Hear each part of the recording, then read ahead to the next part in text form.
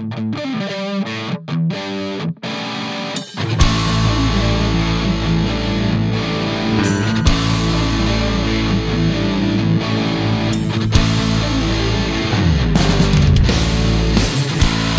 if your Machine Gun Messiah is reaching critical mass, then you are ready for this episode of Discography Discussion. I am Joe, that is Dan, that is Jeff, and this is Industrial December. Yes! Welcome. This is my favorite time of year now, and I hate winter. It is. Winter's great. Winter is cold, mechanical, unfeeling. It's very industrial, so that's why we went with it, and because it goes really well with December. It just sounds good. It rolls off the tongue, you know? Yes. Yeah, it really does. See, I'd rather think about Industrial December and how badass it is while on the beach in Barbados. That's just me personally, but hey. I like the wintertime. The wintertime is very metal, my opinion. All right. Who are we talking about this? Oh, we're fucking talking about Sybreed. Yeah? Dude. Fucking Sybreed. Wow. Man, I know. I'm really excited if you guys can't tell. This is one of my all-time favorite bands, bar none. These guys are actually who brought me back into metal after I kind of strayed away for several years. So I'm very, very, very excited to be covering these guys. And this is kicking off what will hopefully be annual Industrial December for discussmetal.com and Discography Discussion podcast. And Dan, once again, this is one of your bright ideas that was really dark and heavy and evil. Yeah, you know, I really like Sybreed. Jeff got me into them, obviously. And I've been checking them out slowly over time. At first, whenever Jeff said, yeah, it's like industrial, you'll probably really like it. I was kind of like, whatever. I don't ever listen to what Jeff tells me to check out.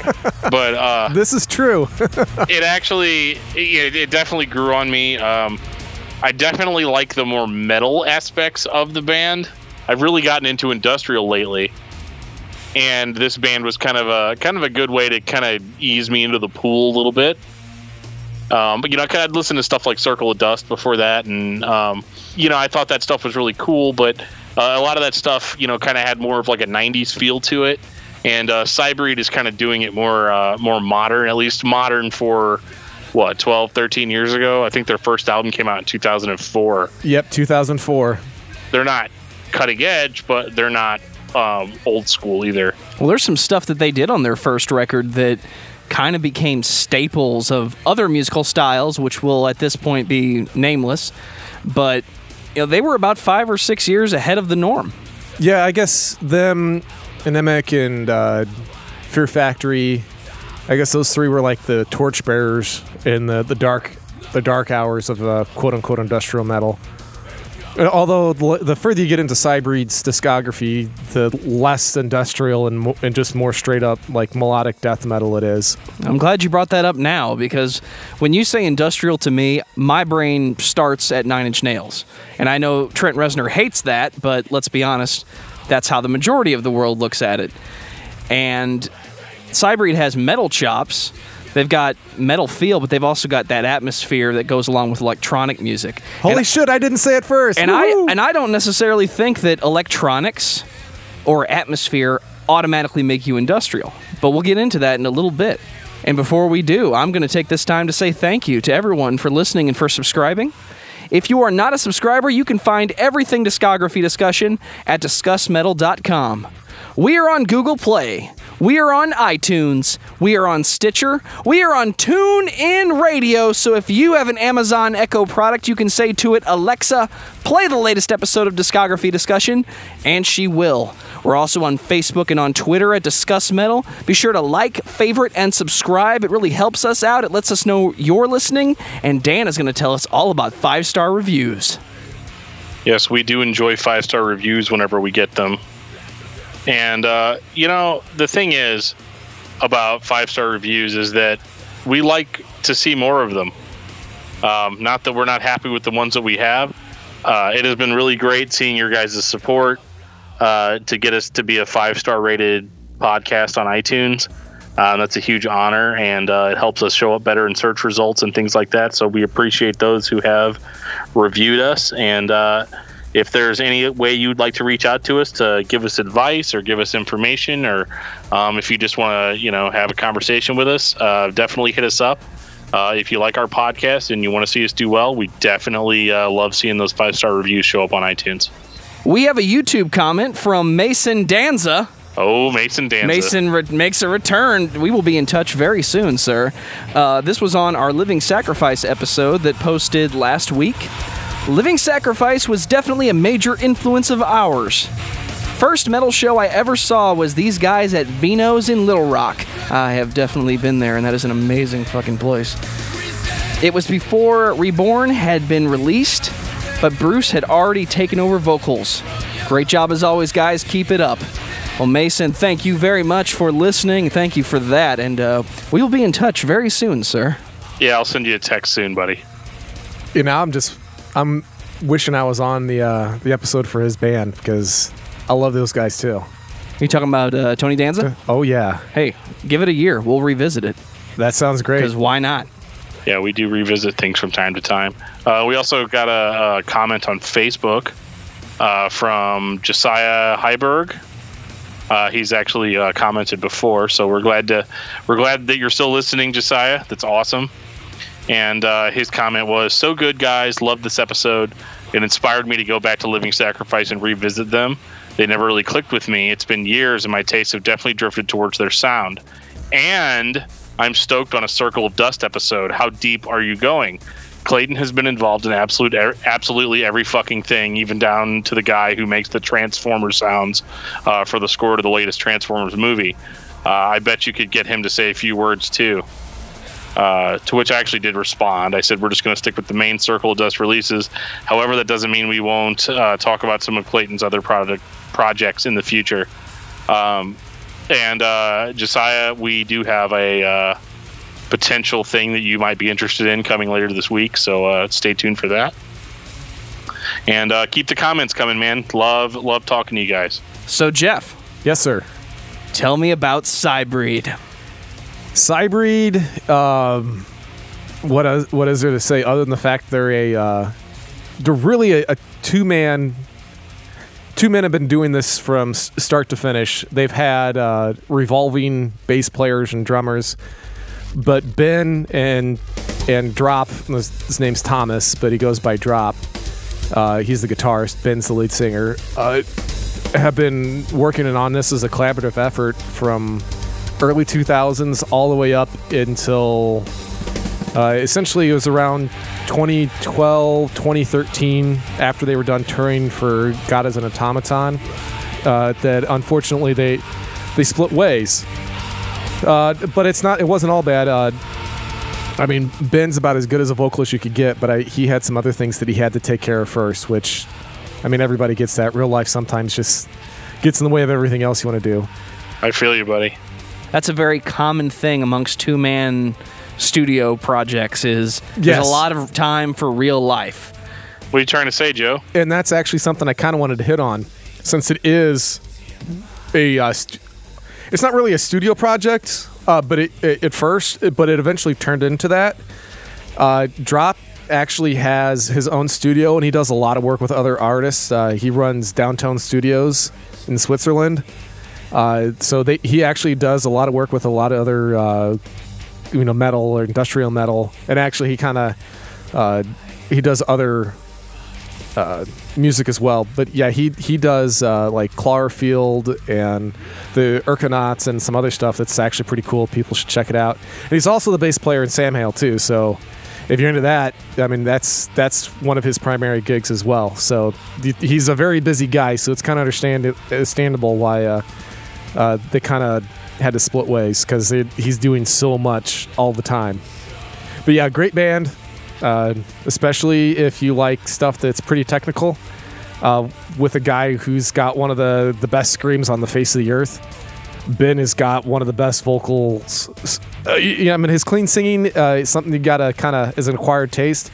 But my God, whenever he does anything that isn't clean, it's perfect. And even live, the dude his screams are just Inhuman. That's the best way for me to explain it. He has an inhuman voice.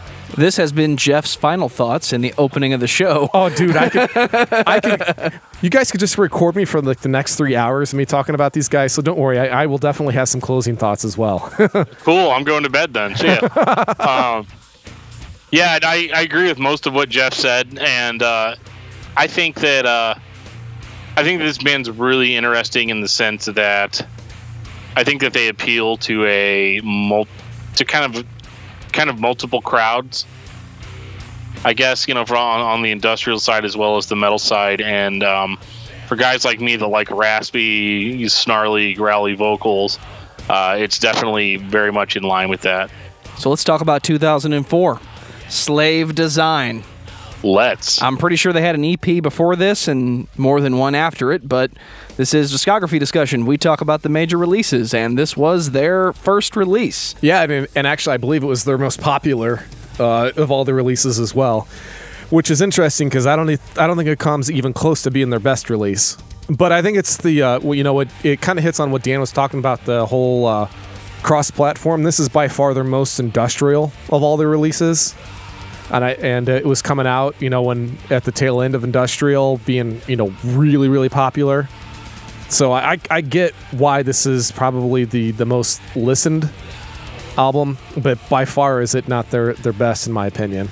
Well, this was also the other side of the world where electronic music, I believe the term that Germany would use would be dance metal, never really went away, but this was when it started taking a break. It wasn't the big thing anymore. And I know when I listen to this, I hear very abrupt stops on the guitars. The drums are in sync with the riffs. There's electronics going on and melody going over the top. But the abruptness and the way that the riffs are in unison, that would become a staple of Degent. And what we would later come to criticize Degent for sounding electronic, well, this was electronic. Right. And it was very much on purpose. And it's groovy, it's fun. It's that dance thing that you get from listening to electronic music, where the intention is usually to create atmosphere without actually being atmospheric. It's all in the effects, it's all in the way it's produced. And I wouldn't say that this is a typical example, but it would be a modern day typical example of what that style would be. See, off this, I just get a really big In Flames Soundtrack to Your Escape vibe. The electronics are there. The riff patterns are very similar to that record. Basically, what you have is, I think, what In Flames might have been going for on that record, because I think it's not too far away from the same time. Well, Sybreed and In Flames have toured regularly. Yeah, I think I get a huge Soundtrack to Your Escape vibe, especially off of this record, especially the first song, Bioactive. Yeah. Despite the vocals being different, if you told me this was a B-side or an unreleased track off of Soundtrack to Your Escape, I'd probably believe it. The guitars kind of have that kind of like basketball bounce to them, and like Joe was saying, it sounds a little bouncy. It sounds a little Degent, I guess, if you want to use that word. It's just it's very pummeling though, and I think they really tried making an impression on this album, in that, yes, this is going to be electronic, it's going to be melodic, but it's not necessarily beat you over the head with the tire iron brutal, which is weird, because I feel like the vocals themselves, the harsh vocals, kind of evoke emotion in me that makes me think that this should have been harder than it was. Yeah, I mean, Ben is about as brutal as it gets when it comes to, especially in the higher range, the way that he just kicks your ass with his vocals. But you're right. I mean, they're really, the music tends to be pretty melodic underneath them all throughout their career for the most part. And Jeff, I'm going to lean on you for this, because for me, this style of industrial metal, industrial rock, for me, the songs run together. And it's like they went 80% to a single, and then they just gave up at the 80% mark and said, we're going to fill in the rest of it with just atmosphere. So while I can find familiar things and I can hear familiar melodies, I don't hear these songs and remember them like, oh, I got to listen to this song by Sybreed. Yeah, this first album does have quite a bit of it. There's a lot of it kind of flows into the next. There's really only probably the most like standout. It's completely different than everything else song on here is probably Machine Gun Messiah. I mean, that's just like brutal and in your fucking face. But most everything else has a different feel. But Machine Gun Messiah is definitely, in my opinion, it's by far not the most popular track, but to me it's the most standout. It is, Ben's screams on this are fucking crazy. Just straight up crazy. But yeah, I get what you're saying, Joe, on the fact that it flows pretty easy from one to the next, but I also like that too. And I think that was part of the original appeal for me. It's no secret, I'm an album listener, I'm not a singles listener. So I'm okay if it takes, a half hour to get through, to get the point across. And they're outside of Machine Gun Messiah, there's quite a bit of that on this record. So well, that's also one of the best parts about this style of music is it's an album by design. Yeah, it really is. I mean, Slave Design for a freshman effort. I mean, my God. I mean, there's not many people that can come out of the gates like this. It's very polished. Yeah, it really is. But I mean, you can tell. I mean, because Drops had his hand in all of these albums. You can tell that he's had some sort of producing and editing chops before he, was in this band. I mean, and that's also the reason why it's his main gig now too. I mean, because he's got a talent for it. Yeah, I mean, I'm not the kind of guy that listens to especially most of the music I listen to. I don't listen to it for the singles because there are no singles. So I couldn't give less of a shit about that. Right, me too. But what I do like about this record is that it is a really good. I worked a lot this week, almost 70 hours. So I listened to a lot of Sybreed during that, and I have to say, I have found that they are extremely good workout music, so to speak. Having that constant beat behind it, I did find myself actually more productive while listening. And what I really liked about this too is the separation of the different types of vocals. You've got intense screams, you've got melodic singing, you've got kind of this like a more harsher shout, which I think is used more often than not. And I actually like that because it really accentuates the heavy parts. When these songs break down, he goes into more of his like death metal or black metal shrieking, which I think really accentuates the heaviness on the songs. And this does follow them throughout their career. I really have an issue. I didn't really have any issues with this record other than the fact that I do wish that it was more memorable. I really enjoy listening to it while I'm listening to it, but it doesn't stick with me as much as the other releases did. Right. And one of the things that I work a lot while listening to these guys. And it's one of those things where, like you were talking about, they're really good for working out or when you're doing shit. You put your head down on the first track, and then you look up, and shit, it's 40 minutes later, and the album's over. You're like, where the hell did the last 40 minutes go? And they're really, really good at that. I mean, it just, you kind of like lose yourself in their music. At least I do. Well, that's one thing about industrial music, and I don't mean pure industrial. I mean, when you get industrial rock, industrial metal, it's almost a band, and it really doesn't matter who it is. You can put them on, and everybody in the room is going to hear something that they like, and everybody's going to end up being okay with it. Yeah, because there's a lot of layers going on, so there's definitely different things that you can pick out and you can key in on. And I think that's the other reason why I like it too. Is it is well produced, it's well put together, and there's so many different things that you can check out.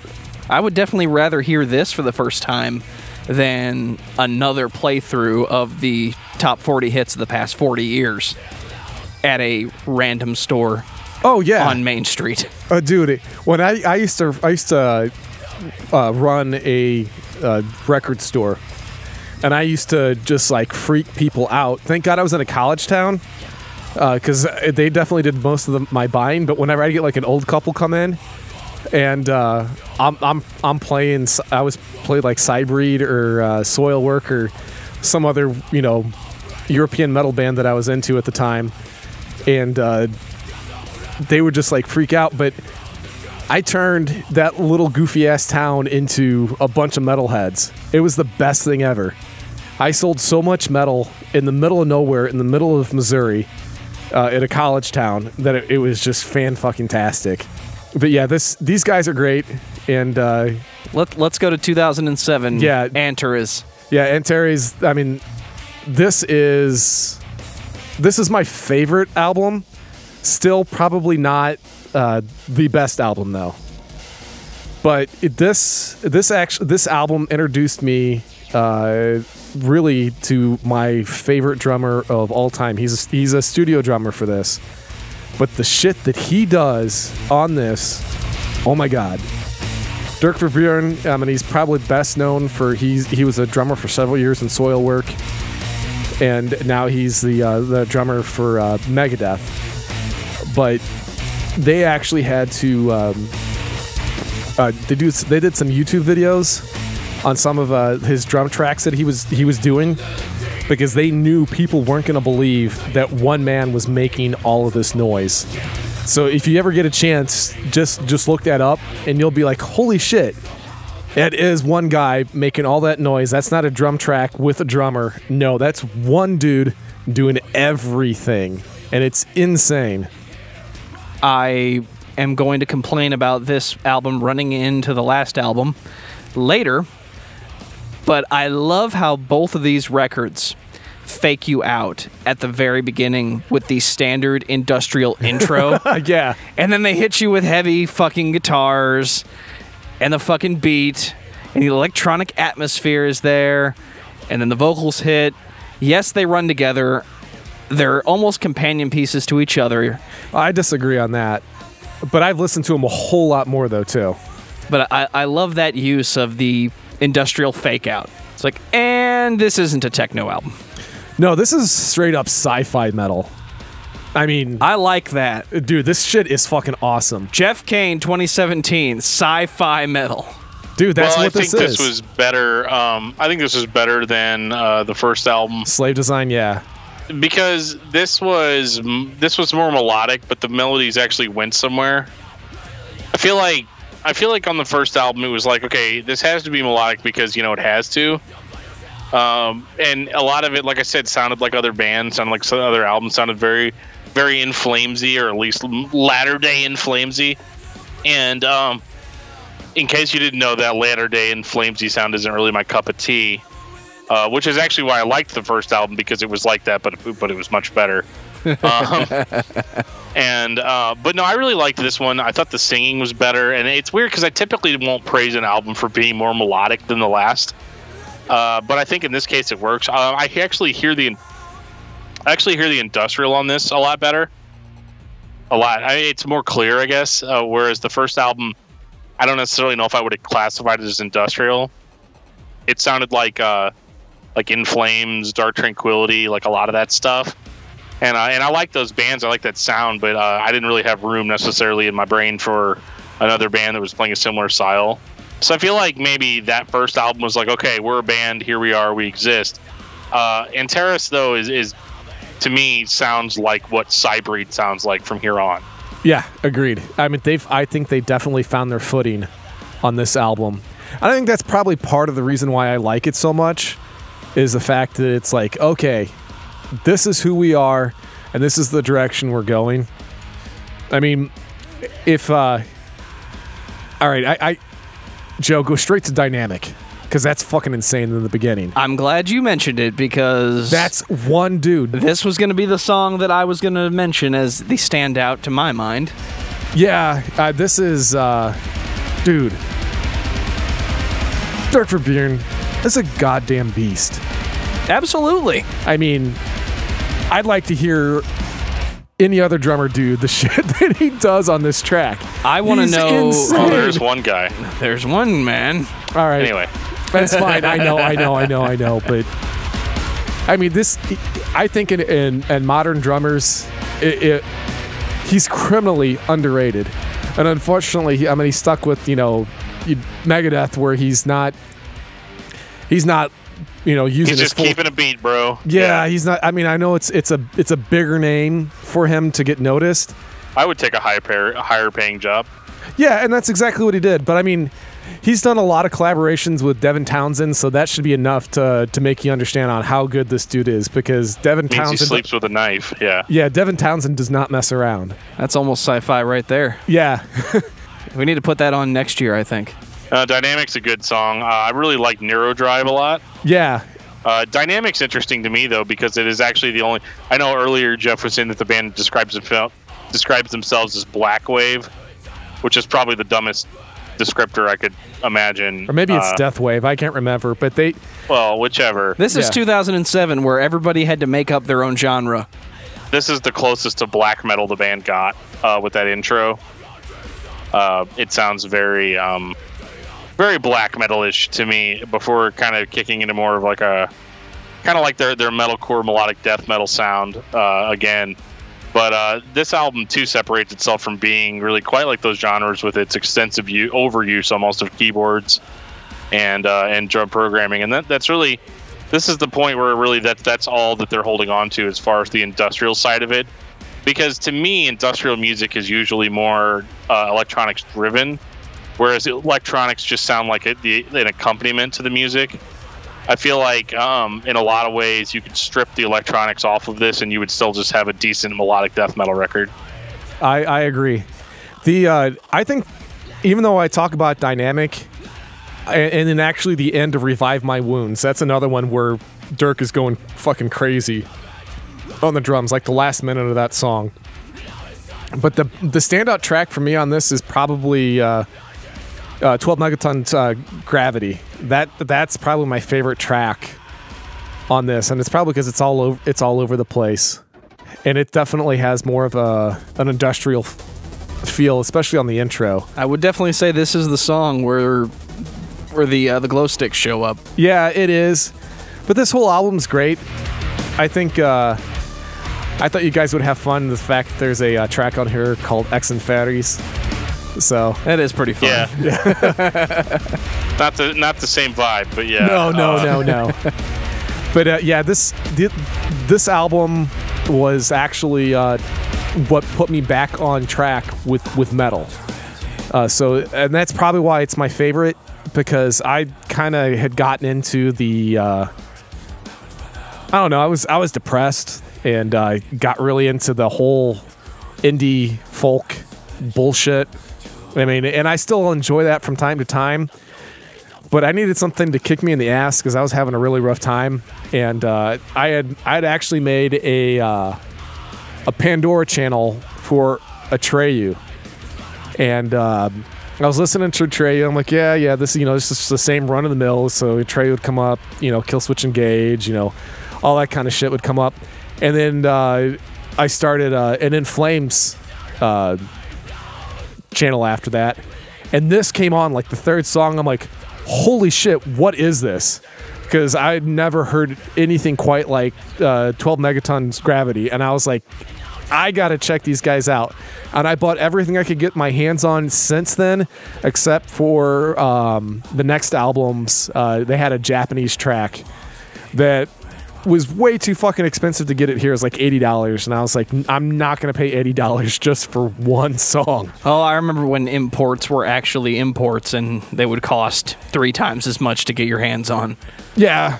I think, this was more of a solidifying record for the band.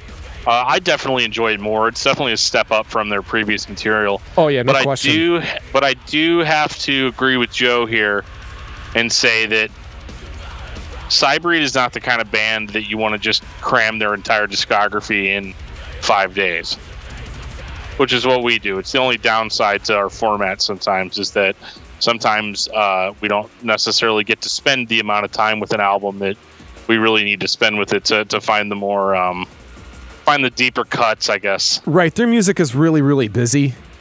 So you're right. I mean, It's just like trying to take Tony Danza in a few days. That's a lot to ask, because it's what I would call busy music. There's a lot of moving parts in these songs.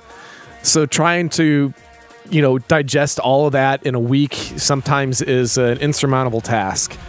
And that's probably why I'm going to have a different perspective on these guys than you guys will, just because I've been listening to these guys for over a decade. So, right. And regularly, I mean, this band is always in my rotation. Always. Sure, dude. It's like when I talk about Zayo, Yeah, exactly. That's a good point. This is probably my Zayo.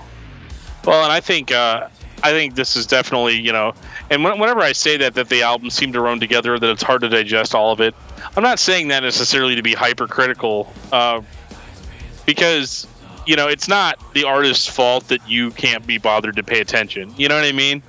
So I think it's acceptable to say that, a band like Sybreed, maybe you listen to one album for 2 weeks and you move to the next, for 2 weeks and that sort of thing. To really, sit down and read the lyrics, which I actually love the lyrics for this band. They're not cheesy, because it's like a lot of industrial metal bands are very cheesy, and they do definitely bark up the sci-fi tree a little bit, and I hear a lot of like critique of modern society told through the lens of sci-fi. So really, if I could compare the lyrics of Sybreed to anything, it'd be the TV show Black Mirror. Oh, I thought you were going to say to another band, and I was going to say, what, like Coheed and Cambria? No. I was like, no, don't tell me that. No, it's like Black Mirror in the sense that, it's modern critique told through the eyes of science fiction. Yeah, I'm down with that. It's not like there's a ton of other Swiss metal bands out there. Right. So are you kidding, dude? There's so many. It's out of control. I know, but as far as like... Is Avatar Swiss? No. Are they Finnish? No, Avatar's Swedish, I thought. Swedish, that's what it is. Okay. There's too many S fucking countries.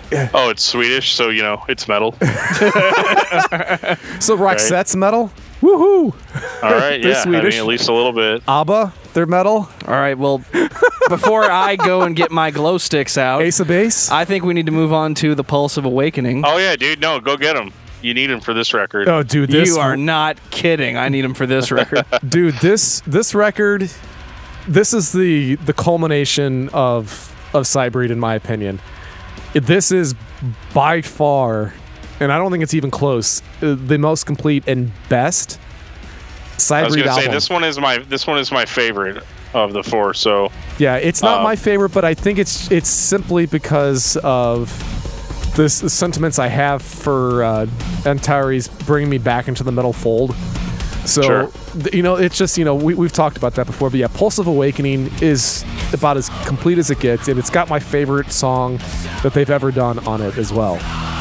I think if you had a volume fader, and on one fader you had metal, on the second fader you had atmosphere, and on the third fader you had electronics, the Pulse of Awakening would be the perfect blend of those three components. So, almost by definition, this is their best album. Yeah, they've actually talked about how they were actually influenced by New Wave quite a bit on this album as well. I hear that. Especially on songs like Doomsday Party. Yeah. Like, it's very out in front. I'd rather listen to this than him. I mean, I'll say that for sure. Yeah, I mean, I'd rather listen to a band I like than see blood in my urine, but... Yeah, you don't like the love metal? Aww. Oh, dude, give me this over whatever that is any day of the week. Well, this is sci-fi love metal. I think this one is the most industrial out of all of them. Like, it's because like for the first two albums, I talked about being able to strip away the electronic elements, but they did way too better. Yeah, they did a much better job of stirring it all up in this one and making it blend. And there's not as much separation between the heaviness and the electronic and the melody. It's all kind of woven together, because I think any record that a band puts out, they are putting a puzzle together essentially. You know what I mean? And it's almost like a Rubik's Cube. And I think whenever you're first starting out, you get some of the same colored squares in the same side of the cube, but it's usually not until your second or third album that you're actually completing entire sides of that cube as one color. And I know that maybe is kind of an abstract example, but I thought about that a lot when I was listening to this Rubik's Cubes for some reason. And I was just thinking about how, like, yeah, this is the one where it all clicks into place. It's kind of like that relieving sigh that you get whenever you figure out something that's kind of hard to pin down. And really, with this style of music, I think the worst thing that can happen is that it can get boring. But on the opposite end of that spectrum, it can either be boring or it can just become completely pop, And it wouldn't be hard for a band like Sybreed to just drop the metal stuff completely and go into a more melodic, new wavy direction. But they avoided that here. It's literally meets everything right in the middle, right where it needs to go. The way this, if this style of music, had a pre-existing design before this band, they're kind of the first ones that really kind of nailed it. I have nothing but good things to say about this record. The songs are much more memorable. They separate easier for me in my head. I don't just hear one long experience throughout, but there's a huge mix of different emotions and things going on. And I really like the dynamics of the music, going from brutally heavy to pop choruses, but it not being about that, it not being this like cheesy transition, this like, okay guys, here's our super heavy part, but now we're going to formulaically go into this melodic chorus.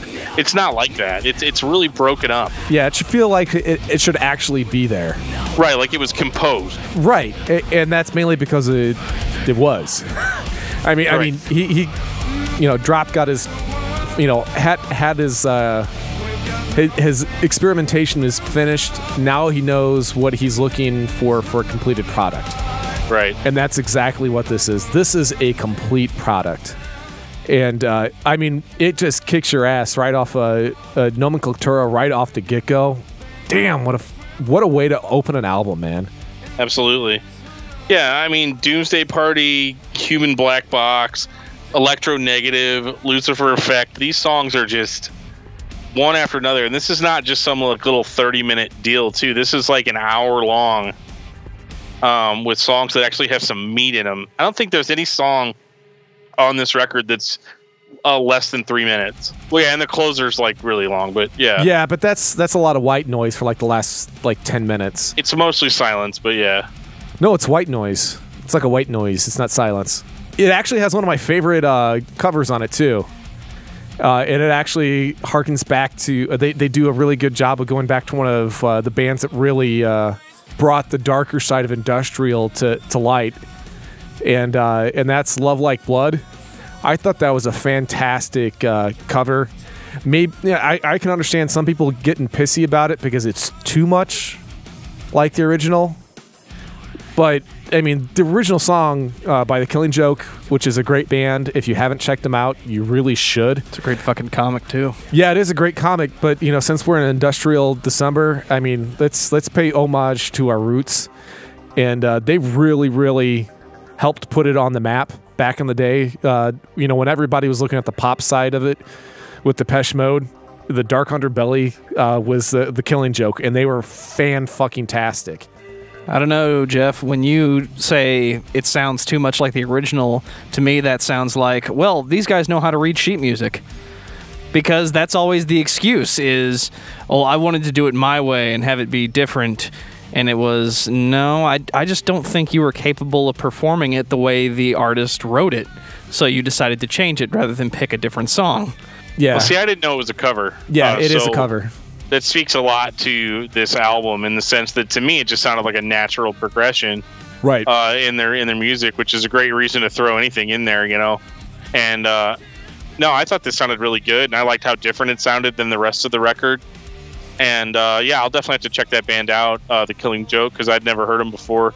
And I'd be interested to hear what the original sounds like versus this. Yeah, they didn't get a whole lot of airplay here in the States. I think actually Love Like Blood, it was their biggest song back in the early 80s.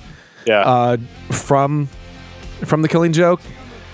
But it actually, it leads into, or the song that was right before this actually leads into it, which is actually my favorite song, and you mentioned it earlier. which is Lucifer Effect. Yeah, dude. Dan knows that I am a big fan of a band, or it's actually a duo called ES Posthumus, and I always think to myself, if ES Posthumus was actually decided to do a metal song, this is what it would sound like. I like how I'm going to use my favorite word, atmosphere. People already know I love classical music, so it's like it's got like this huge, larger than life opening. I.e., skip forward 30 seconds. No, don't do that shit, man. You get to the good stuff after that. Yeah, well, it sets the stage for the rest of the song, in my opinion. Yeah, you hippie. Oh, dude. I mean, that's why I love, Dan is such, he talks about how much meat there is in the lyrics, and there really is. This is a crazy fucking song. It's one of the few times I actually pay attention to lyrics. Wait, if I like meaty lyrics, does that make me a meathead? Uh-oh, I'm telling Toomey. Damn. Oh, well. This song is probably my top 10 of all time.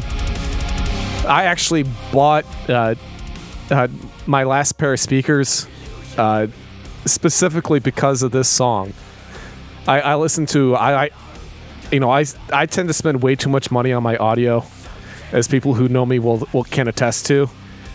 And I bought a pair of bookshelf speakers. They were about $1,200, and they sound. I mean, it was like they were made for this song, and this song is like, I can't even explain what it does for me. Like, if I'm in a shit mood, I put this on, I feel better. If I'm in a great mood, I put this on, I feel even better. It just calms me down, relaxes me. It's beautiful, it's haunting, it's brutal. I mean, it's everything I ever want in a song. I get all the emotions. It can cover anything and everything that I ever want, all in one song. Well, if this is strong driving feelings on display tonight. Oh, dude, big time. If this is the driving down the highway at 90 miles an hour with nowhere in sight is there an officer of the law, then the final album by this band, God is an Automaton, is your built-in dash navigation saying turn right and exit at 197, because we're getting close to the end here. This is the end. We've got about another hour of music. Oh, no, I'm saying God is the Automaton. But where is the industrial? It's gone. One song in. This is almost all metal, very little electronics. We took everything that we balanced perfectly in the last record, and we grabbed the two on the right and just pulled them down. No, it's still in here. You just got to go in a few tracks. You get to Challenger, and you'll be like, okay, yep, there it is. Well, that's not a few tracks. That's 8 tracks out of 11. Yeah. So I would say the majority of the music here is definitely more in line with metal, especially when you look at the cover artwork. Like, it's very much like trying to evoke an emotion of brutality. Except that the other record covers didn't look metal, but this especially, I don't have a problem with it. I mean, I'm never gonna get mad at a band for being heavy. Yeah. It's just a shock after 3 records to have so little of the electronics. Yeah, I was surprised by this one because I expected it to be more pop. I mean, you can't just release an album like The Pulse of Awakening and then like just go in a heavier direction after that. I mean, obviously you can because Sybreed did it, but like it's just interesting to me that they would make this choice. But it was not a bad choice. No, I think it was a calculated change, especially after how big Doomsday Party was, and that's so what they are not about. That's the poppiest song they've ever had, and I don't think it's a coincidence that it's the biggest song that they've ever had. Yeah, I mean, it showed up on Rock Band and all kinds of other shit back in the day, and they're like, dude, that's not who we are. This is a hell of a lot closer to who we are, and I think I should make a point on this. Throughout the records, Ben sounds different for like the types of screams he can do. He's so versatile, I think. He sounds totally different on this. He is like, I'm like, how can you like have a voice after 30 seconds on this album? You get used to it. Over a decade of doing it live. I know, but yeah. It's like he was always at at 10. On this one, he turned it up to 11. I'm like, damn, dude. Do you need like vocal cord surgery after this one? Because it's I don't know. crazy. He quit right after this record, so I mean, yeah, he did. But Who knows? I don't think that was the reason why. It was more of a personal / family thing. All these guys are, they've been doing, by the time this God as an Automaton is out, they've been doing this shit for over a decade. Drop already has something he can fall back on. I don't know what else Ben was doing besides Sybreed. And as much as I love them, I don't know if Sybreed by themselves is enough to pay the bills, so to speak. I would say not. Okay, I think it can be said that if Jeff recommended the band, that band is not making as much money as we are. Historically, that would be a fair assumption. This band had a discography. Yeah, you're probably right. I do love my starving artists. I really, really do.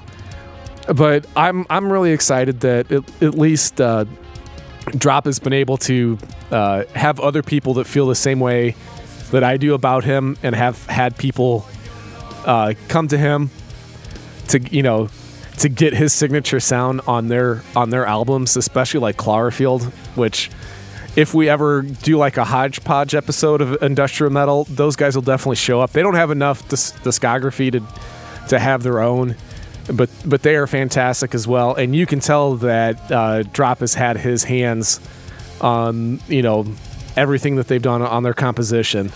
But yeah, but God as an Automaton is really, really good. There's a lot of, I think this might have some of Ben's best singing on it is probably on this album. That's just my personal opinion. I really, really like Line of the Least Resistance. I don't know, Dan likes it too because it's a fucked up video. Yeah. So that was a weird video, man. Yeah.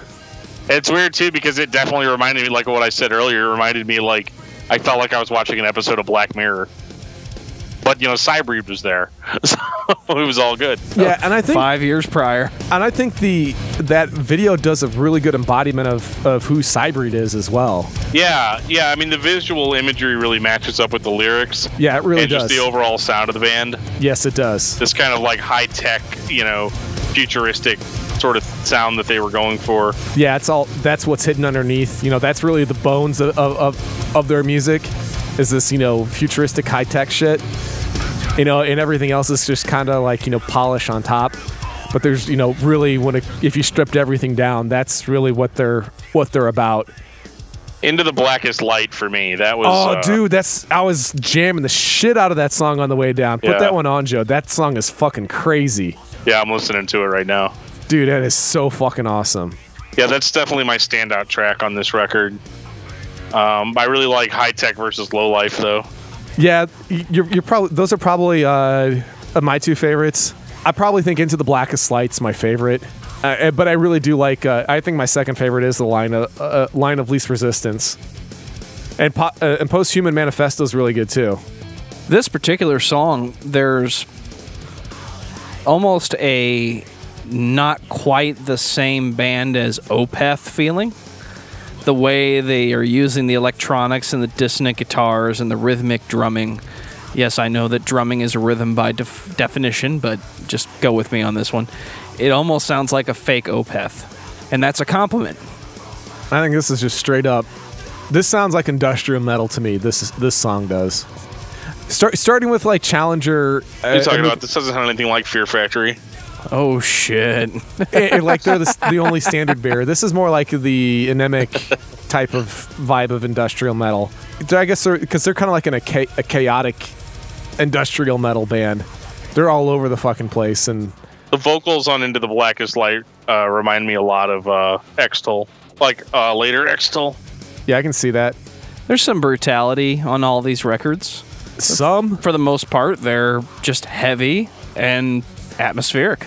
Yeah, I don't think there's a mistake that Drop's his nickname #1 is Drop. And number 2, Right. his studio is named Downtone Studios. I mean, if there's one thing besides how great everything is across the albums, Downtone is definitely something that you could say is across the board on all of their albums. I think you could play like all of these songs on two strings on the guitar. Yeah, probably. But I am fucking all right with it, man. It sounds great. What are you talking about? This doesn't sound anything like it in this moment. Ugh. I like in this moment, but we're not talking about them tonight. All right, Jeff. You have the floor, and you have an unspoken time limit. Final thoughts on Sybreed. Most important thing about Sybreed is that they're one of my all-time favorite bands, so that should be a big reason why they're important. No, I just like on how well they were able to bridge the gap between industrial and metal. In my opinion, I like the darker side of industrial and not necessarily the dance side of it. And I think they do a really good job of blending that with melodic metal, probably mostly melodic death metal. They're just a good band. They don't do anything poorly. And I think there's not really a bad track when you go through it. Sure, I mean, whenever you're listening to an entire album on some of their earlier stuff, you can't, there's not necessarily a standout, track that you remember the most. But the fact that there's nothing you can really bitch about, from start to beginning, I think is more important than having a standout track. But I'm always an album listener. I can listen, and actually I did it multiple times this week, even though I didn't have to, because I know their stuff forwards and backwards. Just started at the beginning and went all the way to the end, and loved every second of it. These guys are just consummate professionals, and I'm really, really looking forward to the Obsidians that's coming out. That's actually the new formation of the band. Essentially, it's everybody but Ben coming back. And if you want to, you can, if you go to either to Downtone Studios or to Obsidian's Facebook page, they actually have a hint of what's coming on. And if you're a fan of Threat Signal, you definitely want to check out their first single, because we might have some guest vocalist from Threat Signal, which is another favorite band of mine. This episode is full of teases. Has anybody else noticed that, or is that just me? Oh, dude, that's because I'm looking forward to the new stuff that's coming out. All right, Dan, what about you? I think if you bought the Dark Tranquility album in 2016 called Atoma, and you want to hear a band that sounds like that all the time, check out Sybreed. You'll like them. I think Sybreed is heavy. I think Sybreed is industrial, and I think Sybreed is awesome. And I think everybody should pick up at least their first record and listen to that. But if I had to pick one, it would be The Pulse of Awakening. And enjoy. And I love industrial. And it's Industrial December. I don't have a lot to say about Sybreed because I've only taken them in this week, but they are a band that I have added to my wall of what do I want to listen to today. And I think that is a definite plus because these are albums that I can pull out, put on, and not have to skip around. These are records I can put on and enjoy in their entirety, and those are my favorite records. Dan, what's your album of the week? My album of the week? Well, I've just been listening to Sybreed, so... is it lame to make the band that you're covering album of the week? Only if your definition of lame is making the album of the week the band you're listening to. No, I think that should be a... I think that's actually an attribute to how good the band is. If you're willing to just listen to. Well, I'm not easily impressed, but I will put the Pulse of Awakening in as my album of the week. It's the album that I listen to the most, so we'll go with that. I'm gonna say taking a small break from industrial, but not a huge break from industrial. We just started. You're taking a break. Just with my album of the week. Dive in head first, fucker. All right, I'll dive in head first, and I'm going to say Transform by Powerman 5000. My favorite Powerman 5000 record that very few people actually take the time to listen to. But you've heard the singles from this record. I'll let that be the tease. All right. For me, since I made a tease, It's going to be Disconnect by Threat Signal. It's brand new, brand spanking new, so go check that shit out. Well, Dan, recap for those that don't know, what's coming up in Industrial December?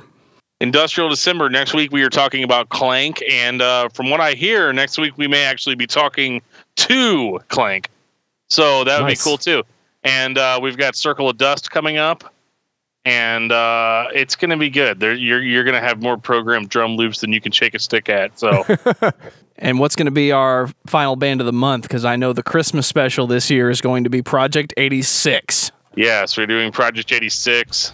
And I don't remember what the fourth band is. Well, we should have a fully completed Dream Theater episode coming up soon too. So yeah, that's going to be a repost. We're going to put up the second half that we finally got to finish, and along with a couple bonus episodes of Atom Ship and Death Therapy recut and reposted. So December's going to have a lot of stuff coming from Discuss Metal. You're gonna. If it's our Christmas present to you, you're gonna get a lot of extra stuff that you may have already heard before, but it's going to be remixed in the spirit of industrial. And then keep in mind that that means lots of listening to do on your Christmas break.